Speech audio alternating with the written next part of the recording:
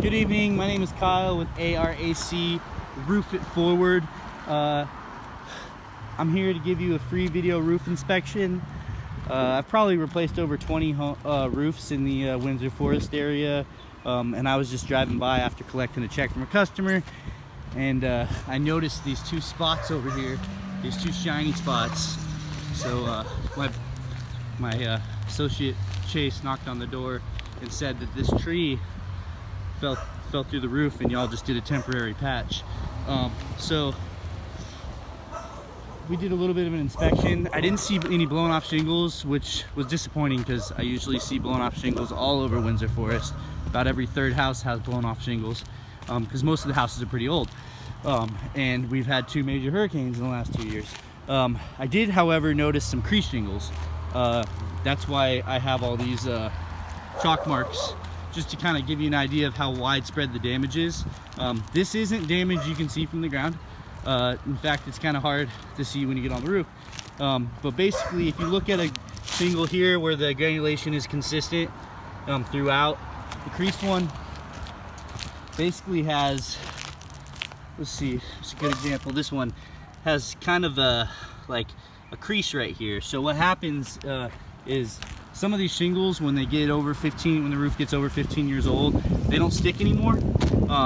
Like this one, for example, doesn't stick. It's not creased, but it doesn't stick. This one doesn't stick, obviously. It just blows up in the wind and flaps and makes this crease.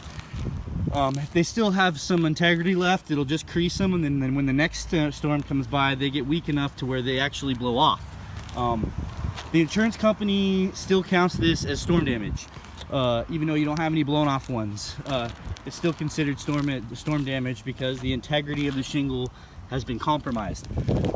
Sounds weird, but it's actually true. In your insurance policy, you should have 2 coverages, one for wind and one for hail. I don't see any hail damage. Usually you'd see spots on the shingles, and then these soft metals would have all kinds of dings in them. And I don't see any of that. However, you do have some widespread wind damage as far as wind crease shingles. Now, the reason why they haven't blown off, like I said, is they still have some integrity left in them. The only blown off shingles I did see were these right here. And to be honest with you, I think they just slipped, because there they are right there. I think they just slipped. They weren't nailed properly.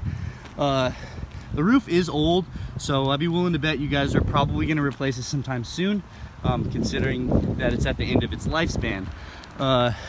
I always encourage people to go the insurance route first, especially if you have damage. If you don't, I don't encourage it. It's a waste of time.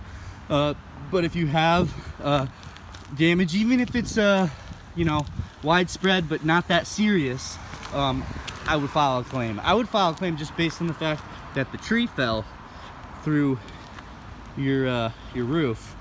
You have a year to file a claim after a storm has came through.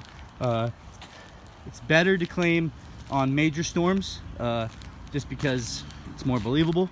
I know we're not trying to be dishonest here, but they tend to fast track things if you tell them it happened from Irma. But with that being said, I'd like you to be truthful. If it was just a random day with small winds and the branch went into the roof, please, you gotta tell them exactly what happened. But with the age of the shingles, I'd be willing to bet that they wouldn't bother with repairs, because at this point it's hard to repair shingles that are brittle because you'll rip ones next to it when you're trying to slide a new shingle in. I'd be willing to bet they'll probably just replace the whole thing and take care of the liability. So if you want me to help you out with filing an insurance claim, I'd be more than happy to do it. I'll leave my card with your daughter. I appreciate it. Thank you.